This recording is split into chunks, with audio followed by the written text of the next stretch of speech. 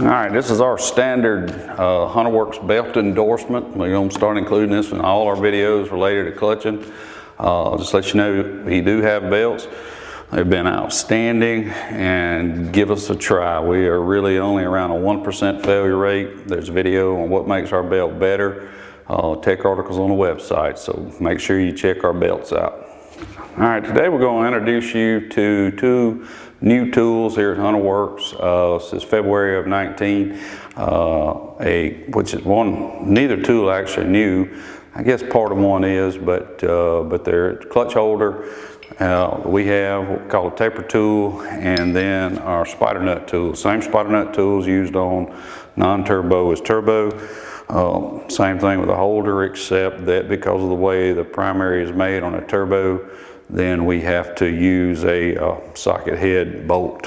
By the way, it's a 1/2 inch socket head, or hex, or Allen, whatever you want to call it. So what we're fixing to do is show you also, not just introducing the tools, but show you how to use the tools to take your turbo RZR primary clutch apart for whatever it is purpose you're doing, bearing, new guides, you name it, whatever purpose you'd be taking it apart on.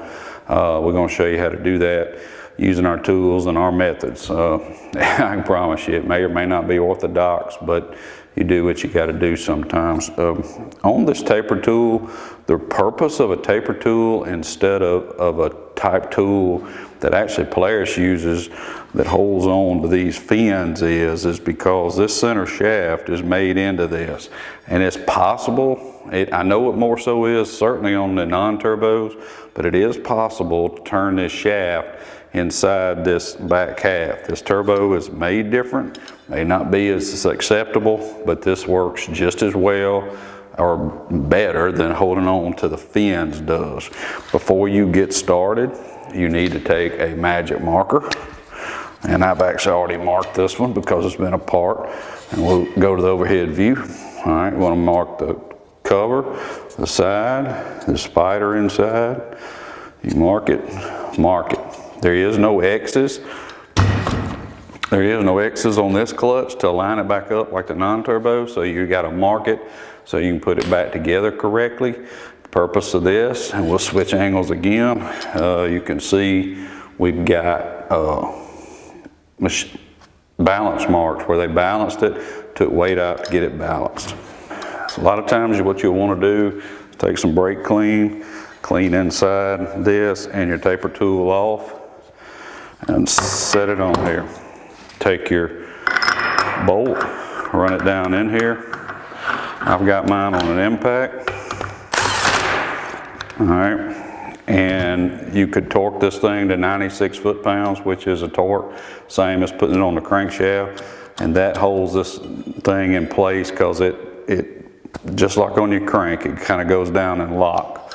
All right, so then what we're going to do is take your cover bolts out. This thing is under spring pressure. You could use, if you own one of our secondary spring compressors, you could actually put it in here and hold the pressure down. Actually, we're going to use this to put it back together. 10 millimeter, take them out.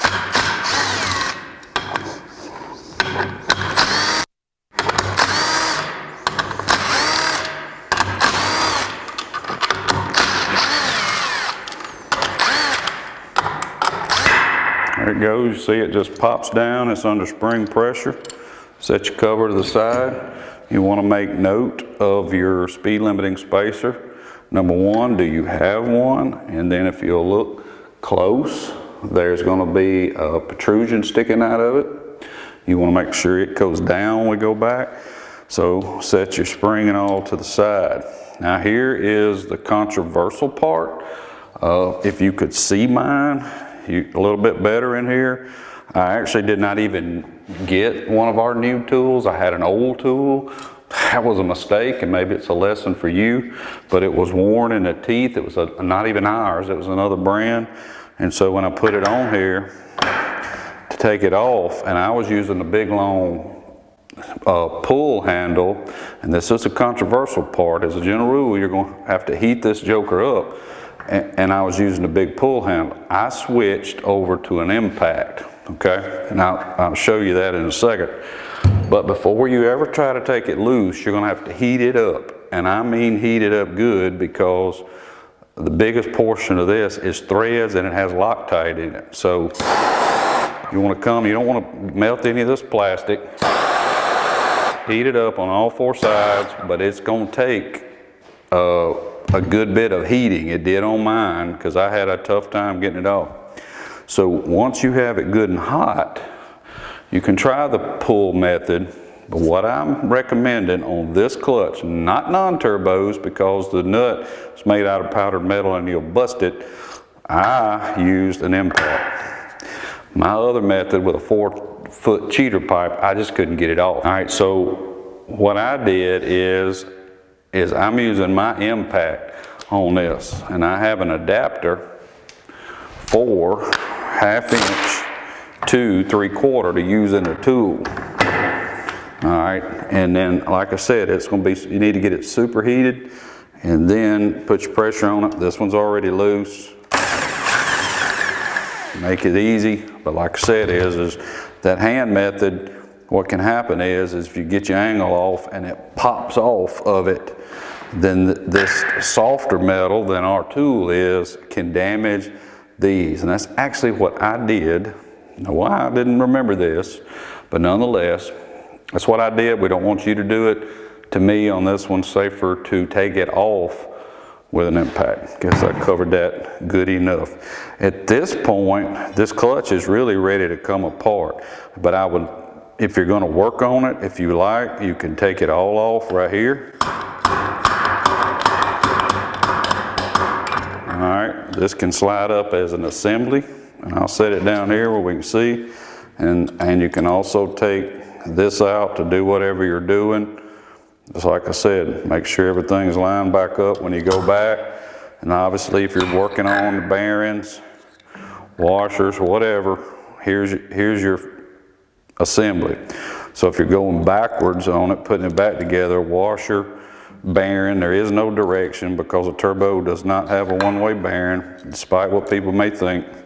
Put your spacer on, it's cupped, you can see it, cup goes down. Now, if we were taking this joker off, then what you do is you use your 1/2 inch, again, take it back out, and then you're going to use, hopefully, a Hunterworks puller, because this thing will be stuck on here, and you're going to take it, and it pops it loose. Now, when I was doing this out in the shop, like I said, I was having a hard time, and I wish I'd have used the impact on it first, but I really tightened this bolt down, so when I was doing it, I had a hard time getting it off. And if you do, then you get that joker under pressure. I think I took probably our spider nut tool, but a hammer. I think that's what I had handy, but you can take a hammer and hit right on into this. And when you do it, of course, hitting it harder, then it sends like a shock wave through the clutch and will knock it loose. All right, take your puller out and your clutch comes off. Okay, so now let's reverse it. We're putting it back together. You should say, well, can't I just reverse what you did? You can. But let's get it back on here. All right. And then of course, we done went through this process. We got it back. There's our marks, all our marks. So you can do it this way. There we go. Everything looks to be lined back up. Then you take your nut, and you're going to want to use 620 Loctite on it, right on these threads. You can see how much thread is on here. That's what I was talking about. And if you, of course, once you get yours off, there's about 3/4 of an inch of threads in this thing, and that's why it's so tough. But put some 620 Loctite on it, required by the service manual, which I'm not doing for my purposes, because I'll have this one apart again. Because once you put that 620, it's pretty tough. At this point, put your tool on.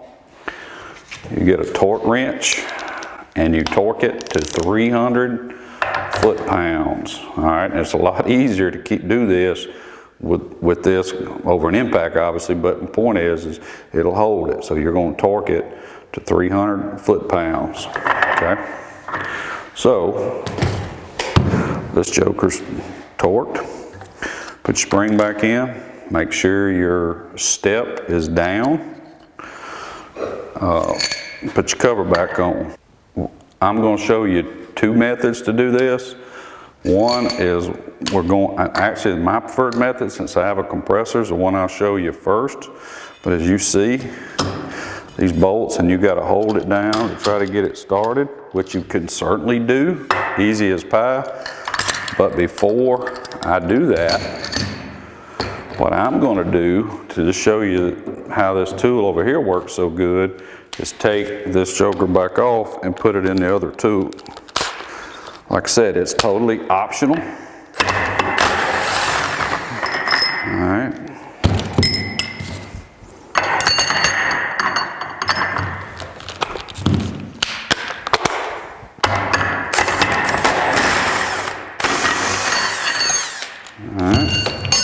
Now let's set it down on our spring compressor. Repeating, this is not required, because you can certainly mash it with your hands. Just so happens I have a tool and it makes it way easier. So you line your mark back up, you get your screws in, you do them now, do them later, whichever you prefer. And I take our spring compression tool and I start tightening. All right, now you don't have to go that far, because you can pick this up. See there how that made that much easier to go. All right, get everything lined up. Start your screws by hand. I always start my screws. Do not ask me what to torque these to. 16 years I've not torqued it. Take a 10 millimeter, start with one, real slow, go across the way. All right, now you can start tightening.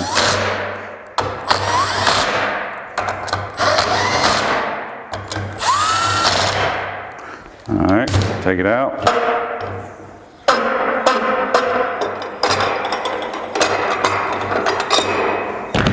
And you might want to snug it.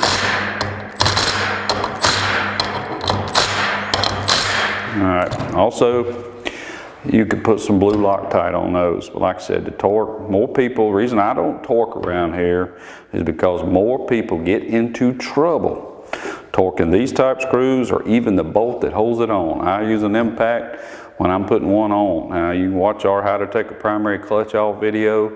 Same process on turbo as non-turbo.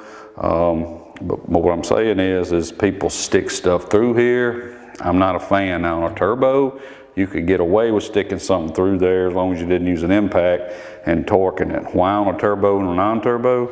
Because this spider is on splines versus a non-turbo is tightened down with it, it's threaded.